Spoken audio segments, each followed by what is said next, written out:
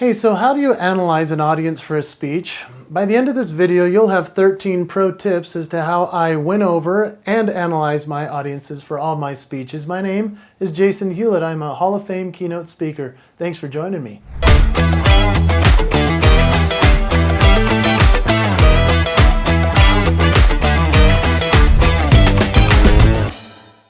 So can you imagine showing up to an event where you're hired to speak and you've never spoken to the person who hired you, or you've never given the audience a chance to, essentially get to know them? That's a problem. That actually happens with a lot of speakers. That shouldn't happen. That's a disservice to the people that you're about to speak to, who are your audience, and that's a disservice to the client.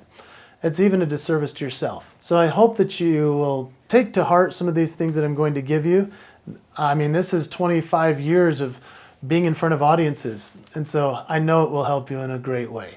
So as a speaker, you need to do as much homework as possible in order to get to know your audience. And the first thing that I always do is I book a conference call with the client. Yeah, we talk about the event, find out what they want, the theme, all the different things that make their company unique. I'm not trying to get too far into the weeds yet, because we'll do that a little bit later in the process, but right away I want to find out what they want me to deliver at the event, get to know the client, get to know a little bit about them, and that helps me to prepare for their audience. Next thing I'm going to do is I'm going to ask their age, their demographics. I'm just going to find out a little bit about who's in the audience. If they're the salespeople, executives, if they're, doing something else that I've never heard of. It's important for me to kind of get a barometer as to who I'm speaking to, because if I don't, then I'm just walking in there and I kind of pretend like I know what they're doing. Well, they'll see right through that real quick. So make sure that you ask for some of those specifics about your audience. I even say things like, what's the ratio between, the male and female? What are the age demographics? Is it like 25 to 65, or is the median more in the 35-45 range? All of that helps me determine the material I'm going to put together for this speech. So the third thing you want to do is find out their language. Yeah, there's a language in every company for every event. So for example, there might be a language of client is their word, or customer, or member. Yeah, those things matter to your audience, because they're sitting there thinking, this guy doesn't even know what we do. He doesn't even know who our customers are, because he's calling them clients or members. It's a real thing. How about asking what the language is for their team? Is it a team? Is it a group? Do they call each other family? Everybody has some different language, and so if you're not asking those types of questions, you're going to look like an idiot if you don't say it the right way in front of the audience. Fourth would be culture uniqueness. You see, every single company has their mission statement, their values, the things that they have on the walls. If you've ever been to an elementary school, for example, you see those banners everywhere of the things they're trying to get the kids to memorize.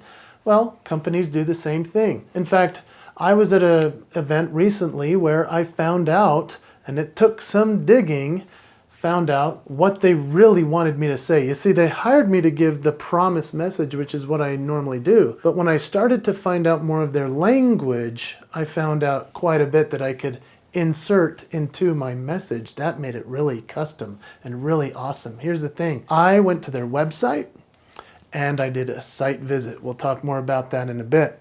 But I went to their website and found all kinds of literature that mattered to them in a big way. And then I insisted on that conference call that we talked about, and I found out that, yeah, they wanted me to say the kid in the seat. That's the language, the kid in the seat. And they had another thing called RAISE, R-A-I-S-E, that stood for something. Acronyms are important to the companies and the people we speak to. If we know those, or we show them on our PowerPoint, they'll be like, wow, that speaker did their homework. That then wins over the audience. That's a great way to analyze your audience before you speak. Number 5 would be to know the industry you're speaking in. And a lot of the times you'll probably get to speak in a niche area. So let's say you're a really good salesperson. Well, then you're going to speak to a lot of salespeople. Or if you're a leader of a company and you've done really well, then you get to speak to all sorts of leaders. But then there's the industries you get asked to speak at. Now, the other day I spoke at a steel mill company group, right? And then the next day I'm speaking to direct sale women who are selling this product of jewelry. The next day I'm speaking at an education group. Now I can't know the intricacies of all of these industries, can I? However, what I can do is as much research as possible to respect and find out as much as I can about them. So I went to their website, I read their blogs, I joined their YouTube channels, which I hope you'll join this one. And hey, subscribe below. Hey, you know, it's important to do those sorts of things, to do some homework. I follow them on social media. I started to ask the right questions, and I would even do some comments and just see how people would respond. It helped a lot to do that level of homework in the industry specifically. Number 6, I would say to ask to sit in on a conference call.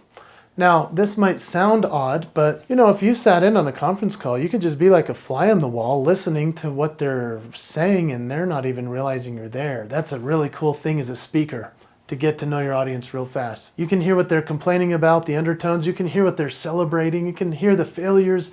It's so awesome because you're like, wow, I know more about this company than I could have from the website, than I could have by talking to the event planners. I'm now listening to the people, what they're saying behind the scenes. That's a real wonderful blessing, but are you willing to put in the time to know your audience and do that? So of course I have plenty more tips for you, but before we do that, if you'll please click the like button, that would be so awesome. That helps to drive more eyeballs to this wonderful video that we've tried to give you so much information. So thank you for clicking like. Let's keep going with a few more great points. So I already mentioned this a little bit earlier, but number 7 is to request a site visit of the client that you're going to speak at, their event. Now, a lot of speakers would never do this, but those that do really get in the inside of the company itself, and it's really a fascinating experience. I requested a site visit when I really am confused about what the company does and if I'm really interested in what they do. For example, I got to do an event for the people that help with the batteries at Tesla. That was a cool group, and I got to go to the biggest factory in the North America. It was amazing. They made me put on scrubs and a helmet and weird glasses and gloves, and I'm walking around looking at all these very cool things for Tesla. Now, why did I do that? First of all, it's a unique thing. Second of all, I really wanted to know what was going on in there. Third of all, I wanted to be able to say to the audience, I've been where you walk. I've put on those scrubs. I've been sprayed down before I've seen what you guys make. And let me tell you, when I said that, they went bonkers. And then, here's a pro tip. You ready? Pro tip number 1, ask for a site visit. Pro tip number 1A, take photos if they'll let you. Take photos with the person who gave the tour. Take photos with the person who checked you in. Take photos of the space, take photos of the outside, take photos of the drive-in, and then add it to your presentation. Oh my gosh, the audience will love you. They've never seen a speaker do this. Honestly, it is the coolest thing because they're like, he's been there, he likes me, he knows what I do. And they're laughing their guts out at things that aren't even funny. I am telling you, it's the best thing. It's a pro tip.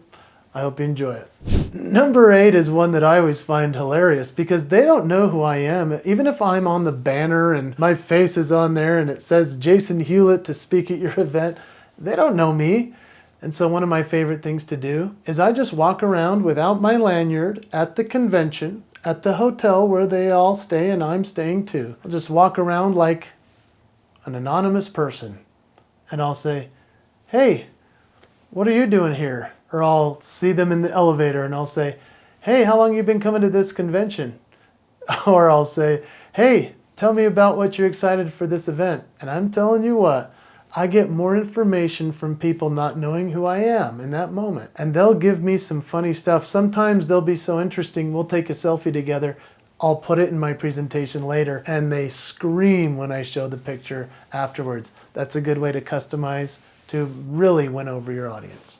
Number 9, I would request to have dinner or a meal with the attendees if you possibly can, whether it's the day of, right before you speak, or even the day before if that's when you get there. But having the chance to just sit and talk to other attendees and ask them questions, where they're from, why they're there, how long they've worked there, what they like about it, what they don't like about it, who's the competition. These are great homework points that you can ask the attendees, and it will blow their minds when they see you stand up on stage. They'll be like, we had lunch with that guy. It's the best way to connect with them as well. And number 10, I would recommend highly that you request to speak to the executives and the founders of the company if they are around. That is so helpful because the executives have a way different viewpoint than the people that are working every day in the offices. The executives oftentimes are having to travel and do other things or just meet mostly with each other. And so they have more of an overall vision, especially the founder. The founder is somebody who's a little bit crazy and they're really fascinating. And so finding out why they put the company together, oh, that's just a wonderful way to realize how you can connect with the audience in a way that the founder wants you to. And then number 11, I want you to just find a normal worker. Now, I say everybody's extraordinary, I know, but in this case, we were talking executives, right? Then you've got your normal workers. Doesn't matter their title. I wanted you to just go find people that you can ask what their experience is like, just like you were doing at that table, but this time I want you to really try to be interviewing people while you're befriending them. One of my friends, he's made actually his whole career as a speaker around this concept. His name is Clint Pulver, and he started a thing called Undercover Millenial. Yeah, what he would do is hide a little camera in his pocket, and then he would go in as if he was applying for a job or just asking people how they liked working there. And he would film them. He'd blur out their faces, and he shares this at conventions, and it is the funniest, most amazing thing because he hears people saying what they like about the company or what they don't. He never makes it bad. It's never like they're going to get fired because obviously, yeah, their face is blurred out. This is a company with 100,000 people. Nobody knows them. But it is funny and it's fascinating, and he gets so quickly to the point with the audience. It's astounding. Another high-level tip I want to give you is to listen to every speaker before you go on stage. Now, whether it's the founder of the company, the CEO, maybe it's some salesperson or a doctor, it doesn't matter who it is. Maybe it's the other keynote speaker before you. So let's say you're the after lunch speaker and there's a keynote in the morning. You flew in the day before. You really should go to that general session in the morning. If you don't, you're cheating yourself because they're going to say some things that you can then draw and put into your speech later. And everyone's going to be like, oh man, he knows us, or he heard him say that. It ties everything all together in a really nice bow. And they'll go, yeah, he knows us as an audience. It's a cool thing. Now we've talked about how to analyze an audience. I've given you a bunch of homework ideas, but really we talked about 12 of them so far. Number 13 is to adjust on stage depending on what the audience is enjoying from you.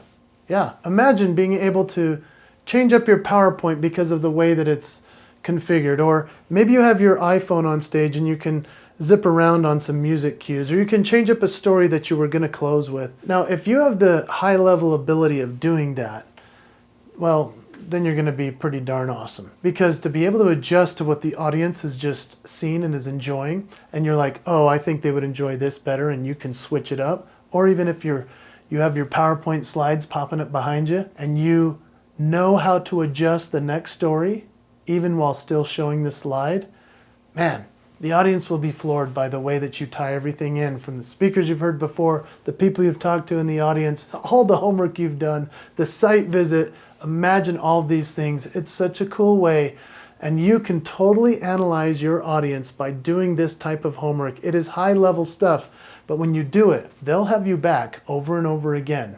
They will say, that's the most customized speaker I've ever seen. We trust that person. We want them to come back. We want them to be a part of our company. Essentially, you become not just a vendor, but a partner. And that's keeping the promise of the speaker. I hope that you've enjoyed this video. Thank you so much for checking it out. I would love if you would be willing to subscribe to this channel because I talk about all sorts of other great ways you can become a great speaker. And thank you for taking the time today with me.